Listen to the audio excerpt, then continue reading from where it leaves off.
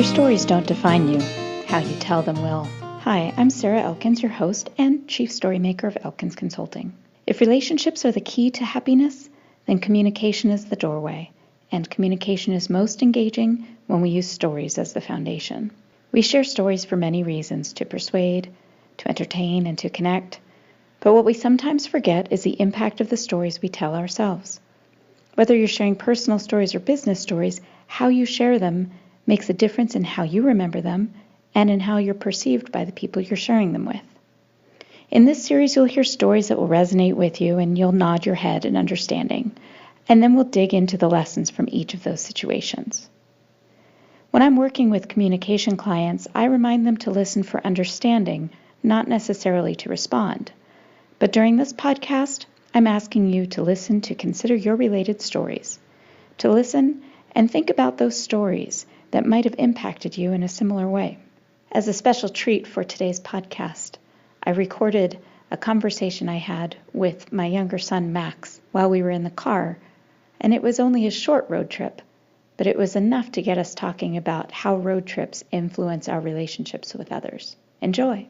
I have an opportunity today to record a podcast with our younger son, Max. And he's very insightful sometimes, so I thought it would be interesting to ask him a couple questions about road trips, because I think we can learn a lot about each other and about ourselves on a road trip. So, for instance, when my husband and I, Max's dad and I, first started dating, we would take these long road trips together, just hop in the car and head up north from Washington, D.C. to Wilmington, Delaware, and spend a night or two with my aunt.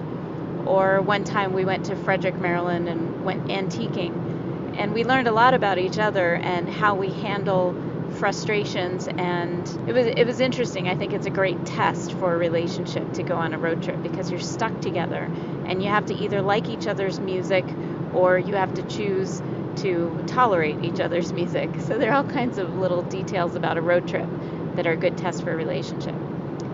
So I'm going to start with a story about a road trip I had with my family when I was about 16 or 17. And my father decided that the 5 of us should ride in my mother's Taurus from Colorado Springs to Cleveland, Ohio, to go to his second cousin's son's bar mitzvah.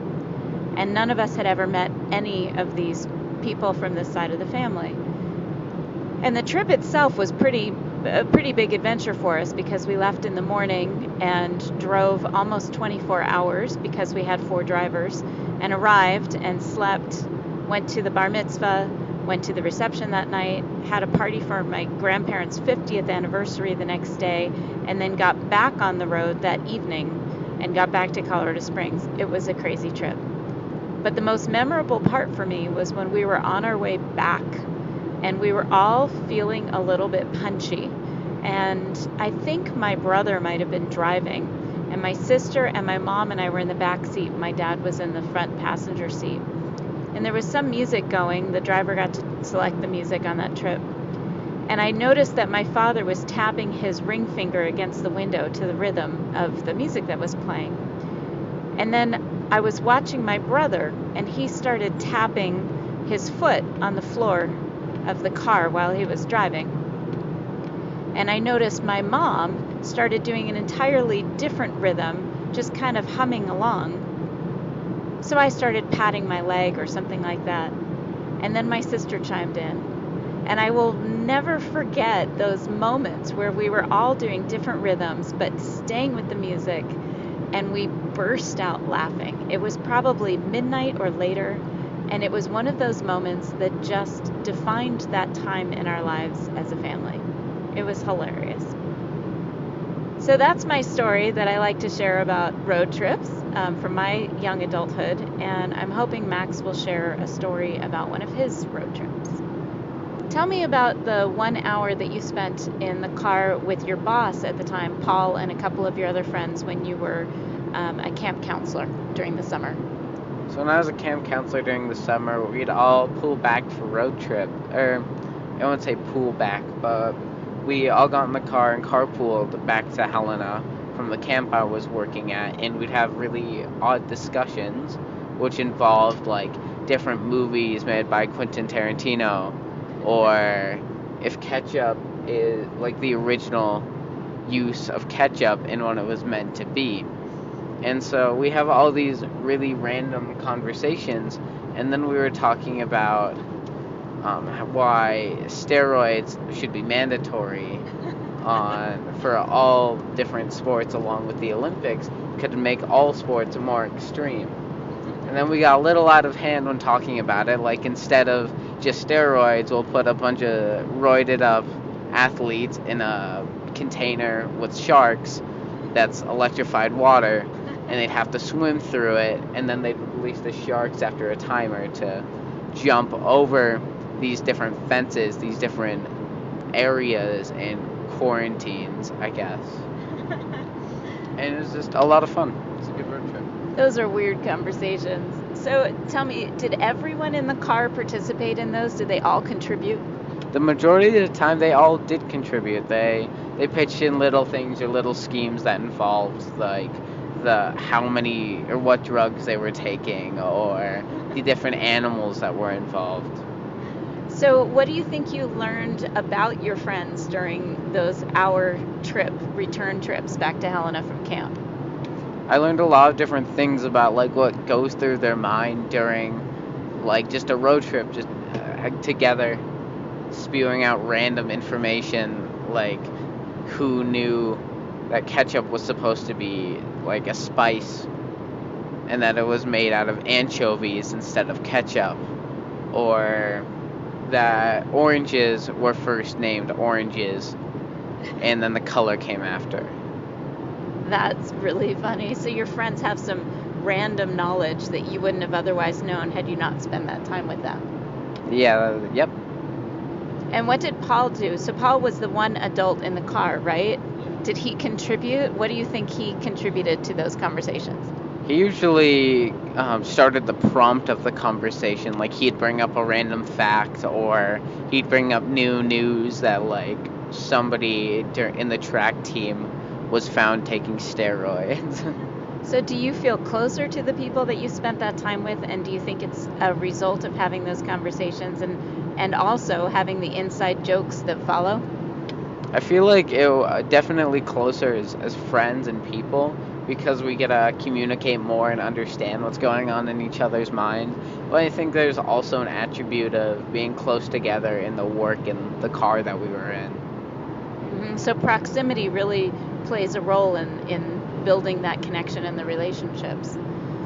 So that said, do you remember our road trips to Denver when you and your brother and I would take Morgan, our neighbor, who was a teenager at the time, with us down to Denver to see your Uncle Eric and your cousin Simone? Do you remember those trips? Very vaguely, since I was pretty young, but I remember a lot of the time wanting to stop at McDonald's or a fast food place, and you wouldn't let us. And that Morgan was pretty funny in those trips. I don't remember exactly what it was from. That's funny. I remember those trips vividly, of course, because I was an adult at the time. But one of the things that you used to always do when you would fall asleep in your car seat is you would cross your feet at your ankles, and you would fall asleep, and one of your feet would fall asleep. And you would wake up really upset, and you would say, "My foot hurts," and it was your foot hurt, and you would be really upset because your foot would be asleep. And I would look back in my rearview mirror, and your older brother Jacob would be massaging your leg and your foot to try to get the feeling back, trying to help you out. And I remember that so vividly. I remember looking back in the rearview mirror and seeing the expression of care on your brother's face when he would try to take care of you and fix your problem. And you would look at him with this gratitude. Even as a 4-year-old or a 5-year-old, you understood what he was trying to do to help you. So that's another part of a road trip. Okay, one more question about a road trip. A few years ago, when we were on our way to Oregon, to the Oregon coast for a spring break road trip, I asked you and your brother what your favorite road trip was of memory, and you said our trip to Italy. And that caught me really off guard because, of course, we had to fly there. But then I realized we rented a car in Nice. We spent 2 nights there, and then we drove across part of France and Monaco and into Tuscany and spent a week in Tuscany, in the Asciano area. And we explored every day. We would take a minor road trip up to about 2 hours and go explore the different villages and cities around where we were staying. So we stopped in Siena, we stopped in Florence, we stopped in San Gimignano. And then after that week, we drove down to Rome, stopping in Orvieto. And then we drove from Rome all the way down to Gaeta through Monte Cassino, which has a Helena, Montana connection, which is kind of interesting. So once I realized that it really was a road trip, I asked you what your favorite part of the road trip was or what you remembered. And I want to ask you that again today because my guess is that it's different from what it was a few years ago.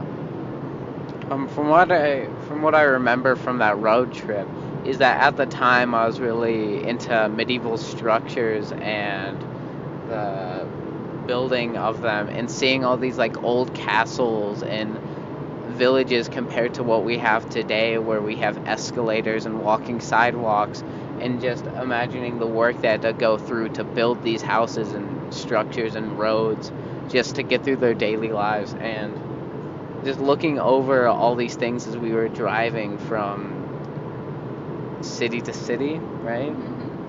It was just really interesting to me.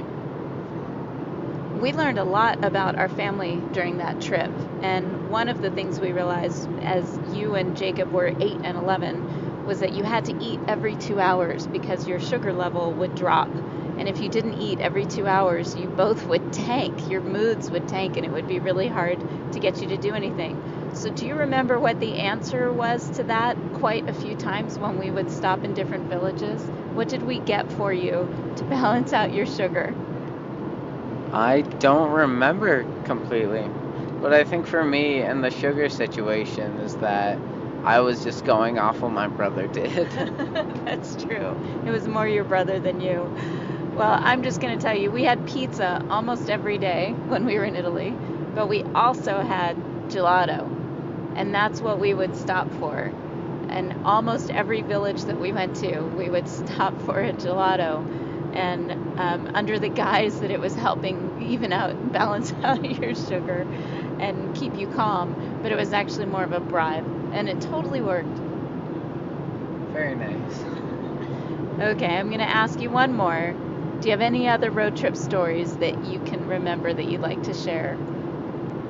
I've been on a lot of road trips, and I went with my friend on one recently where we drove to Bozeman from Helena, and we just sat in the car having a good conversation, and she didn't get to read her book, so I was listening to a podcast as she read her book, and it was just nice just coexisting and enjoying the time spending the time together. I think that is often the best part of a road trip, is sometimes you just end up with quiet time. You don't have to speak, and just spending time in somebody else's proximity that you care about and that you like, I think can be more valuable oftentimes than having a chat over a cup of coffee. Well, thank you, Max, for joining me on my podcast today. I really appreciate it, and I have a feeling we're going to have more of these conversations because I love to apply the lessons that I learn from things like this, and I learn a lot when I'm on a road trip about people, and I can apply it to business all the time. And one application is simply that when you are on a road trip, you have to be a good listener to the people in the car with you, because if you miss cues, like when somebody says they're hungry, and then if you miss a cue like that, you can end up with a really frustrating and sad energy in the car. So really paying attention to the needs of the people around you, whether you're on a road trip or whether you're in an office, I think is a good application of road trip etiquette in the workplace. All right, that's it. Thanks for joining me. It was a pleasure talking to you. Thank you for listening to Your Stories Don't Define You, How You Share Them Will. Please visit my website for more podcast episodes, blog posts, and information about how I can help you develop and share your stories at elkinsconsulting.com.